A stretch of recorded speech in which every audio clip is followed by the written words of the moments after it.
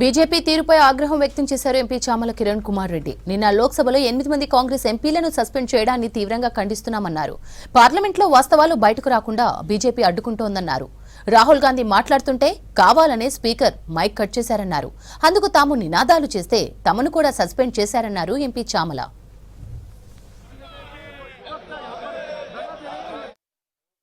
నాతో పాటు 7 ఎంపీలను పార్లమెంట్ నుంచి సస్పెండ్ చేయడం జరిగింది. కేవలం రాహుల్ గాంధీ గారికి అవకాశం ఇవ్వలేదని, రాహుల్ గాంధీ గారు వాస్తవాలు మాట్లాడుతుంటే వాస్తవాలు మాట్లాడనీయకుండా కొంతమంది సభ్యులు అనురాగ్ ఠాకూర్, నిషికాంత్ దూబే లాంటి వాళ్ళు డిస్టర్బ్ చేయడమే కాకుండా తర్వాత స్పీకర్ రాహుల్ గాంధీ గారి మైకును తీసుకెళ్లి వేరే సభ్యునికి మాట్లాడే అవకాశం ఇచ్చినప్పుడు మేము స్పీకర్ దగ్గర పోయినప్పుడు మమ్మల్ని సస్పెండ్ చేశారు.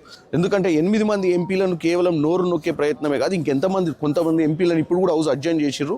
వీళ్ళు హౌస్ నడపాలని కాదు, ఎప్పుడైనా ప్రజల సమస్యల మీద మాట్లాడేటప్పుడు ప్రజా సమస్యల మీదనే కాకుండా దేశంలో జరుగుతున్నటువంటి విషయాల మీద, సామాన్యులకు నష్టం జరిగే విషయాల మీద మాట్లాడే ప్రయత్నం చేస్తే మమ్మల్ని